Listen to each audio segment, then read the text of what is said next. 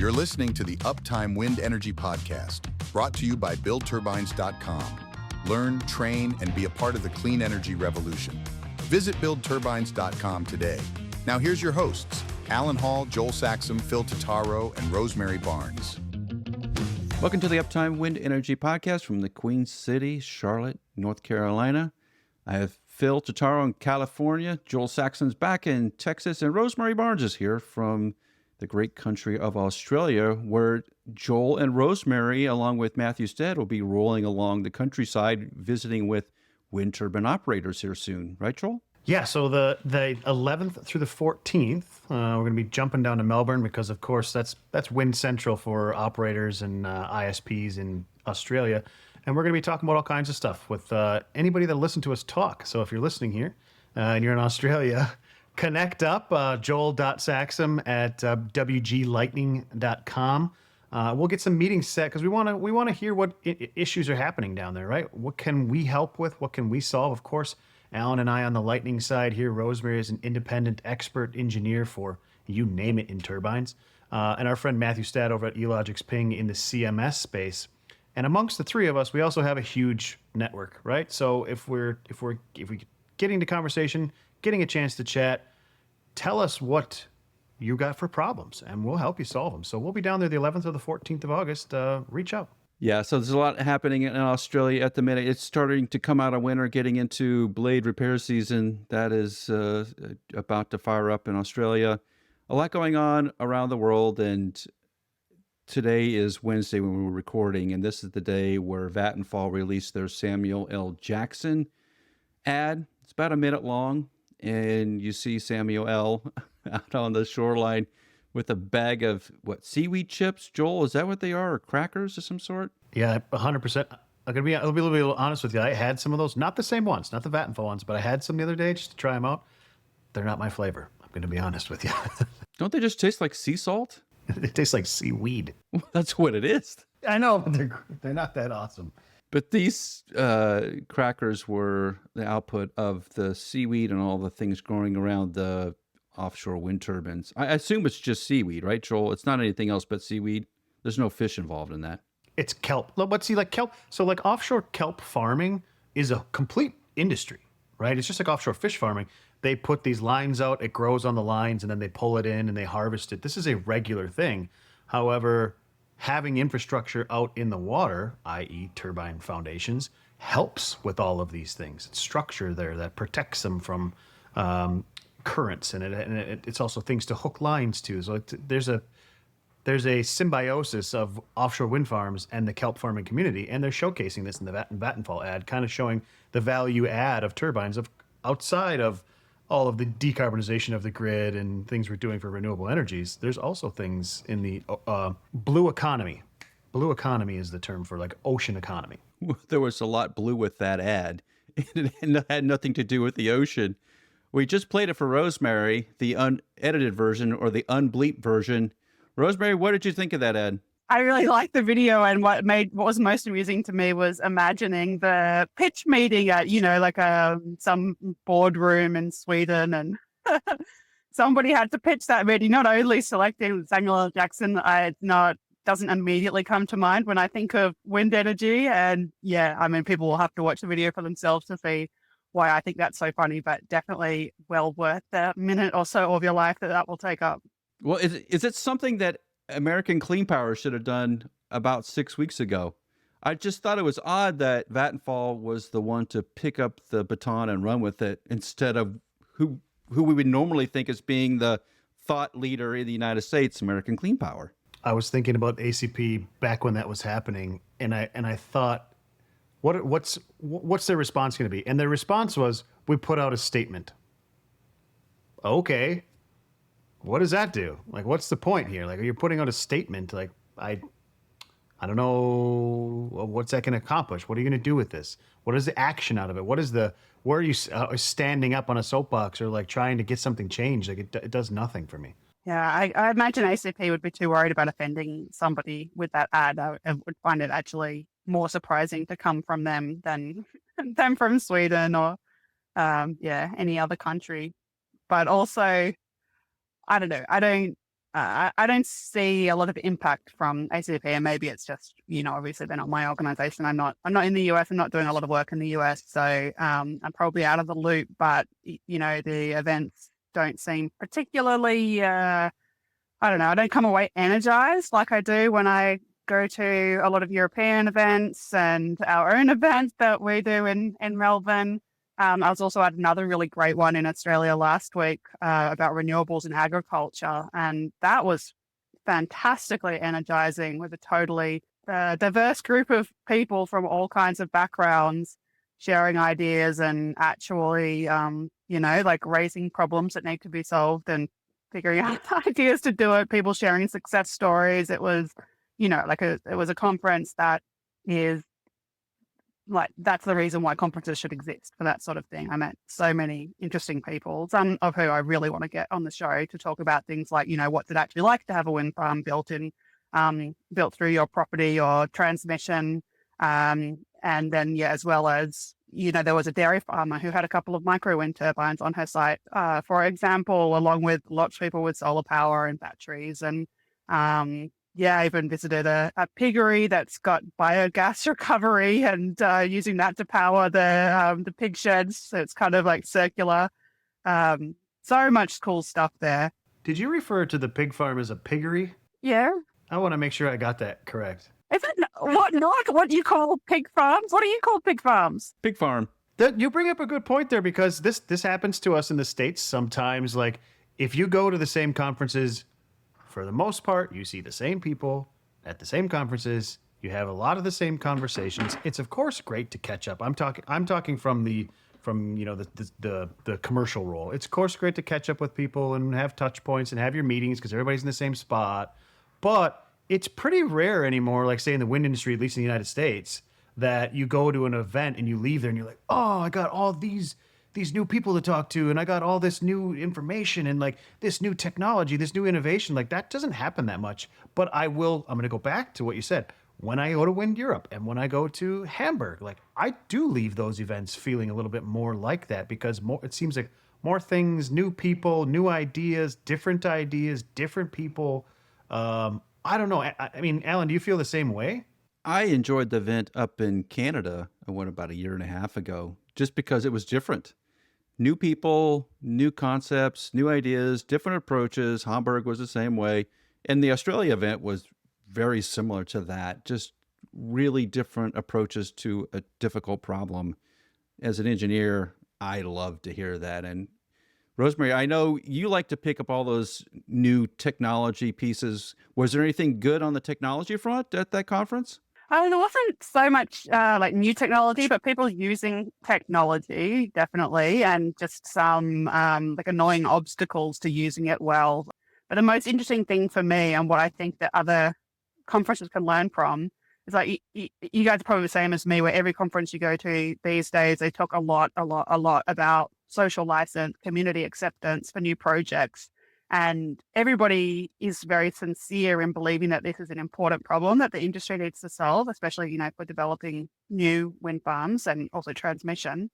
But I just hear the same, the same executives saying over and over again how important it is. I don't hear anything new ever. But at this conference, it just actually included people who have been through this process. Like, I talked to one guy who has 5 wind farms on his side. He's like, it's great. I love having the wind farms, but gee, the construction process was a pain, and they did some really annoying things. And, that's the people that we need to get into the other kinds of conferences where the executives go to. Like, you can bring the right people that you want to your conferences. You don't just have to just see who comes based on ticket sales. You can say, hey, we want to talk about community acceptance. We need to bring some people from rural communities that express, all sorts of different problems, so that executives and professionals can hear those problems. And then, we're engineers. We'd love nothing more than to know about a problem and then solve it. I think that's interesting too, Rosemary. When I went down to the Texas Senate and testified here back 2-3 months ago, I got to connect with a lot of people that I normally would never run into. Some of them were landowners from out in West Texas and stuff, and they were talking about the benefits and like how things actually happen as a landowner. And from basically most people in the industry, unless you're a site supervisor or a wind tech, you don't actually run into these people that are, regularly affected or regularly deal with these things day to day. So I think it's important to get their opinions, their thoughts on, as affected landowners or non-affected landowners, right? To hear these people out, but it's hard to get that audience correct, like from an industry standpoint. Are you worried about unexpected blade root failures and the high cost of repairs? Meet EcoPitch by Onyx Insight, the standard in blade root monitoring. Onyx's state-of-the-art sensor tracks blade root movement in real time, delivering continuous data to keep your wind farm running smoothly and efficiently. With EcoPitch, you can catch problems early, saving hundreds of thousands of dollars. Field tested on over 3,000 blades, it's proven reliability at your fingertips. Choose EcoPitch for peace of mind. Contact Onyx Insight today to schedule your demo of EcoPitch and experience the future of blade monitoring. Well, some recent news from NextEra, and as we all know, NextEra is the largest player in renewable energy in the United States. And despite widespread industry concerns, NextEra's Energy's executives are talking pretty optimistically about the next couple of years. On their second quarter earnings call, CEO John Ketchum described the Trump administration's One Big Beautiful Bill as tough but constructive for renewables, noting also that they have safe harbored enough equipment to get through about 2029. And I think, Joel, what NextEra is planning to do is to meet the minimum criteria like Phil was talking about last week and qualify for PTC on some level, maybe not at maximum, but at least in part, which would keep the projects rolling. The safe harboring, NextEra may be a little bit different than a lot of other operators. We have talked to operators that do have safe harbored turbines, but there's also a lot of operators that don't, or that are just receiving turbines that are going to be a little bit in trouble. The big players can win out because they can drive the demand for cranes and all the construction crews to help them first. The middle tier and the lower tier, in terms of size, are going to have trouble, right? Yeah, but basically what you're looking at here is NextEra, and this is not a new strategy for them. This is a NextEra regular operations as usual, right? If you look at their development and construction timelines as a Gantt chart across all projects, it is a lot of simultaneous operations, right? So they're starting one here. That one's going to start here and run to here. This one's going to start here, run to here. So like there's not just one construction project going, because NextEra has the finances, the horsepower, the people, the project managers, and they have, because they are who they are, they have the right hand of GE. They use a lot of GE turbines. So they have the forceful thing on GE, and they have, like you said, Alan, the ability to lock up EPC contractors for a long time and lock up cranes for a long time. So when everybody now here is, with these new regulations coming into place, is scrambling to get things done, the big boys, the NextEras in the room, they're sitting in a pretty good spot, because if you're looking at 2029 as the next possible administration change, like they're going to be good through 2029. Here in the bullet points of what we're talking about, they've signed 3.2 gigawatts of new contracts since April. Now that's probably across renewables. That's not just wind. But 3.2 gigawatts, that is a massive amount of projects, right? That's 3,200 megawatts. Like if that was just turbines, that's 1,500 turbines, 1,400 turbines. So, and that's since April, right? We're talking in the last 3 months. It is going to be a squeeze for resources, especially with like the NextEras of the world is gobbling up what they can. I believe that you'll see it's going to be very hard to find a crane come October, November of this year. Phil, what are they doing on the financial side to hedge their bets a little bit? Are they planning projects a little bit differently? Or are they going to be looking for a little investment to come in to back fund the construction projects, to provide additional funding to get the cranes on site? Cranes are going to become a premium product here in a couple of weeks. It seems like NextEra does have the weight to do it, but they also are trying to de-risk projects from what I've seen lately. Is that the move? Yes, and they've already done a few things that are smart, as Joel talked about. One is that they've already safe harbored a lot. And the reason that that's important is with the proposed changes to safe harbor, it's necessarily going to make it harder for developers to comply with start of construction.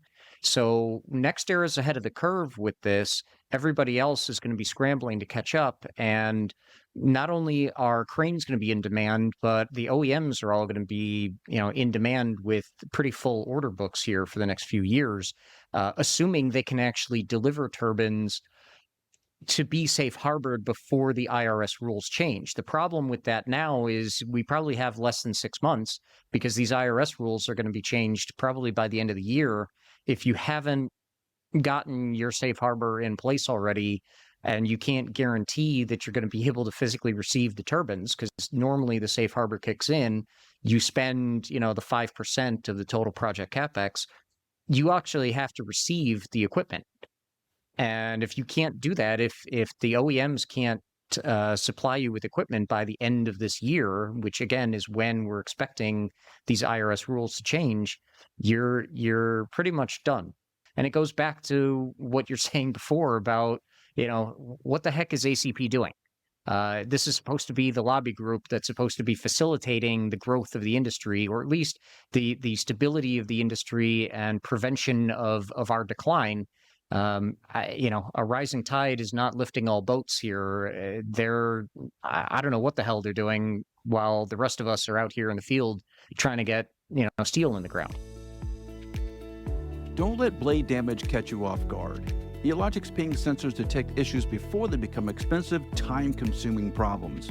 From ice buildup and lightning strikes to pitch misalignment and internal blade cracks, Eelogic's ping has you covered. Their cutting-edge sensors are easy to install, giving you the power to stop damage before it's too late. Visit eelogix-ping.com and take control of your turbine's health today. Joel and I just concluded another webinar with Skyspecs, and we've been doing monthly webinars for, 5 or 6 months at this point, Joel. They're really interesting, changing subjects, all about how operators can save a ton of cash in O&M. As we talked about in the last few weeks with regulation changes and stuff here, we're going to have a different reality in what the wind world is here in the United States shortly. Of course, globally, everything's changing as well, but we have something massive coming towards us. So you need to change your O&M attitudes, your O&M thought processes, whether it's innovation, whether it is a different way of looking at things, like the old idea of just kind of like, we'll just manage these things and we'll kind of do it. This is status quo. It's not going to work anymore. And that's one of the cool things that we've had on those Skyspecs webinars. We've had a lot of guests from the industry, right? So people that are from operators. We've had subject matter experts, of course, some internal Skyspecs people that know their solutions really well. But I think one of the differences there with the Skyspecs team is people know them as the inspection gurus, right? And they do have massive market penetration for inspections. However, there's a lot of other things that they do there with repair vendor management. So they have their hands in with the ISPs, helping customers out. They also have CMS monitoring and SCADA monitoring, performance monitoring. Now you're looking at financial asset modeling. So there's a lot of intelligent ways that they're helping customers cut their O&M budgets down. And we referenced Phil today during that webinar because the price point came up about what the average spend is per turbine for maintenance. Joel, it's roughly, or Phil, it's roughly $50,000 per turbine per year. That was a rough number that I remember. It's a little bit up from that now. It's now at around 54,500, let's call it. But the thing that concerns us at Intel Store with that kind of data is that you're seeing more projects have significant overages because they may have budgeted, let's say, 7 or 8 or 10 million a year, and they're having to spend more than what they thought just to get Cat 4 and 5 repairs done and all the other mechanical systems and whatever else they need to do. Particularly in light of this whole change in the PTC, you're now going to see everybody having to be more resource efficient, time efficient, cost efficient with what they have and the budget that they have for maintenance, if they're not going to be able to be as dependent on PTC revenue as they have been in the past.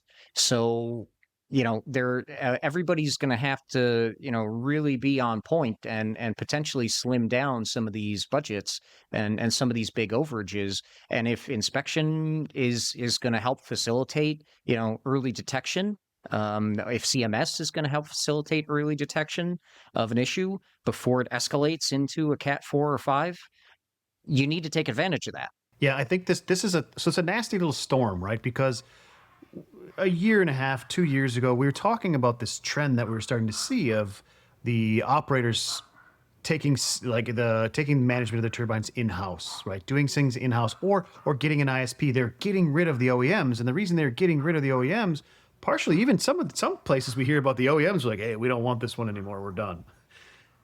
What we're seeing now is this is where these overages are coming from that Phil's talking about. Some of these, not all, of course, none of these are hard, fast rules. But some of them are coming from the fact that you had an OEM that was managing or pseudo-managing this thing, up against a contract to just barely try to avoid paying LDs. And then all of a sudden at end of warranty, end of FSA, it got handed back to the owner. And the owner's like, what did I just inherit? What do I got going on here? And then they had to fix all these problems and get this thing back up to snuff. So the O&M costs are skyrocketing because they're trying to get back in front of them. They realize that they want to be proactive, but they can't even be proactive because they have to fix the reactive stuff first. And now, like I said, like doing those webinars with Skyspecs, we're trying to introduce people to tools to help them out as they go along, to be resource efficient. Plan your inspection and repair and maintenance seasons holistically across your fleet with real data. Like, do these things because there's digital ways and innovative ways to do this stuff better than managing things on spreadsheets. No, and I think as we go forward over the next 6 months to a year, there's going to be a lot of controls on O&M budgets, and asset managers are going to be asked to constrict their budgets. If you start running Phil's number here on a 100-turbine farm, you're spending a little over $5 million a year on general O&M. If you can cut that by 10%, that's $500,000 in savings. That's a huge amount. And I think a lot of operators today can get to that 10% number, but they're going to need to bring in a couple of tools. The Horizon CMS system, a lot of the smarter technology that is out there that hasn't been implemented so much because things were good, are now going to get a second look. And the list of attendees during the Skyspecs webinar today was eye-opening. Like, I know that person, site supervisor, asset manager. They are actively engaging now with solutions. Strike tape being one of them, talking to Intelstore being another. That is going to change the game. So we're going to get leaner and meaner, clearly. But I think a lot of operations are just starting to figure this out, that they need to get a hold of some help. And that help is there. That help has been there for the last couple of years and has been honed, and it's ready to go into action. I think that was one of the leading points today with the Horizon CMS system, was that system is actively working and actively saving operators a ton of money. And if you're not onto that train yet, you need to hop on now. We were talking with Ben Airy from Skyspecs. One of their products has got 20 gigawatts underneath it already. That's just one of their monitoring products. Like, it's there. It's not new. It's been there. It's been vetted. You may not be familiar with it, but that's the point of the Skyspecs webinars. That's the point of the podcast. And we were just talking to Jeremy Hikes with CIC NDT, who was in Australia at the conference and is a great person. I love talking to him because he's so full of technology and knowledge. He was also saying he's getting flooded with requests to start looking at blades from an ultrasonic test standpoint to do NDT work, because a lot of operators are starting to realize, I need to validate a repair that's been done. I don't want to pay for this twice. I need to take a quick look at a blade that's on the ground before I install it. Because his point, and you'll see this in the podcast that comes out, which is there's a lot of safe harbored blades that are broken, that have been under floods or been damaged in transport, that need to be looked at before you hang them to save yourself millions of dollars on a new installation. I know we're all going to go crazy on installs, but boy, there's a lot of money on the table that could be saved right now, Joel. This is a full circle conversation because why does the podcast exist? Why does the Uptime podcast exist? I don't know. Rosemary, maybe Rosemary knows. But the idea here is that we can become a hub. We have become a hub for solutions, innovation, lowering LCOE, lowering budgets, and create, like, that's what we want to do here. We want to help this industry thrive. And we're really lucky, to be honest with you, to have the conversations that we get to have with people all around the world about what are your problems, for one, and then the people that have the solutions. What are your solutions? What do you got going on? Like when we do our Uptime Spotlights, we have some of the best and brightest people on to solve these problems, like a Jeremy Hanks that's going to be on next week. He's the best guy in NDT and composites I've ever met. I mean, he's worked on spaceships and fighter jets and race teams and F1 cars and all kinds of stuff. So the horsepower and the skills and the innovation, the technology, it's here. You just need to engage, right? If you've got problems, call us. We'll help you, point you the right way. Hey, we have this issue. And that's the point of this discussion is if you don't know where to go, reach out to the podcast. That is the whole point. It's a totally free service. We do not charge for this. You can call Phil anytime. He will give you some insight. If you call Joel up, he will connect you. If you get Rosemary on the horn, she will do your blade analysis, probably for free, right, Rosemary? So it is a huge family that we put together over time, but we do know who's doing what and why they're doing it and who has the technology. There is a lot of savings to be had. And I think this is the moment, everybody, to go after it and grow this industry. Screw what Trump's talking about. This industry is going to be here long after he's gone. Focus. Everybody, deep breath and focus. I think that's the important takeaway from, at least from this week, for me. Mother wind farms. This is actually timely. Okay, so the wind farm of the week this week is actually a wind farm cluster of the week, the Tarifa Wind Cluster. And it's interesting that because this was planned before the last conversation we just had. But this is a wind cluster in southern Spain, so near the Iberian Peninsula there. And why it became the wind farm of the week is a little bit different than I normally am looking at things in kind of a community impact way and stuff. But I wanted to look at a technical issue.